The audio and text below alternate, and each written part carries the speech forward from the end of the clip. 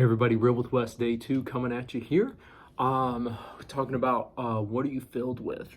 Now, I just jumped straight into this. I think of Ephesians over there where it talks about do not be drunk with wine, and this isn't preaching against alcohol moment.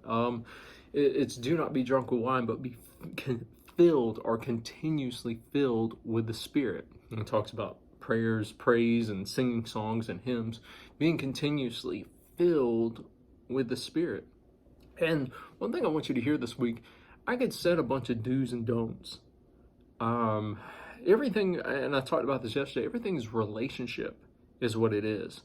You're continuously filled with your relationship with God. And many times as Christians, what can happen is, and this is where legalism sets in, this is where rule keeping sets in, is we want to talk about being filled. Well, what are all the things we shouldn't be filled of? I gave a scripture of guard your heart above all else. And one thing I've learned about guarding your heart, we fixate on so much trying to stop things around us and guard our heart from everything around us when we don't realize it's not about that actually.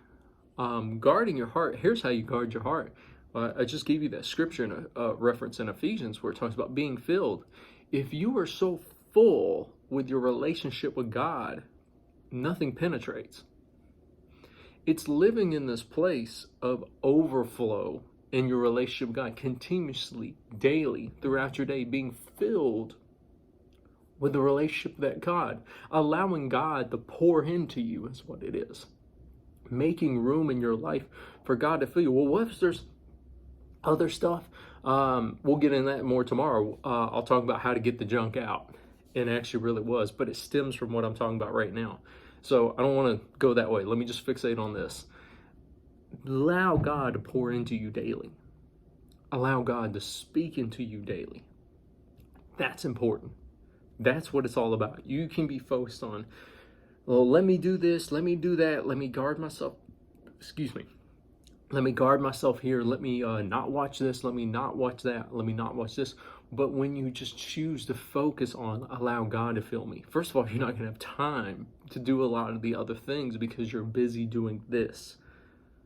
It can't be don't do. It means replacing those things with your time with God and allowing God to just pour in you, pour in you, pour in you, pour in you. And you're not going to have room for anything else because you are so overfilled with God is what it is. You're so full of what God is. It's like I heard a preacher give this analogy. It's like, man, you're not, you're trying to eat right, you're trying to eat healthy, and there's this balance of doing that. And you're at a restaurant, you're like, I'm gonna cut out all desserts. Well, one of the easiest things you can do that. You don't eat till you stuff, by the way, but it's easy to do it. You're having your meal. So you fill up on your actual meal is what that is, and you're not going to want the dessert at the end is what that is.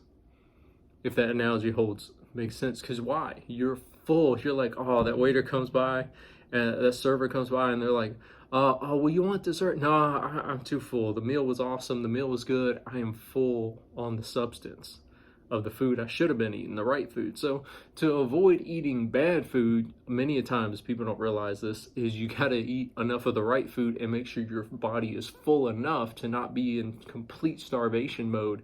And then you're just going to grab whatever's around you easy and quick, which is normally junk.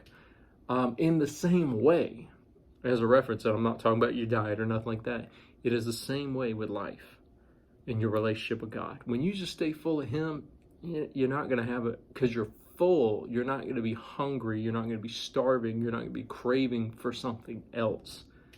So what am I saying at the end of the day? What are you filled with?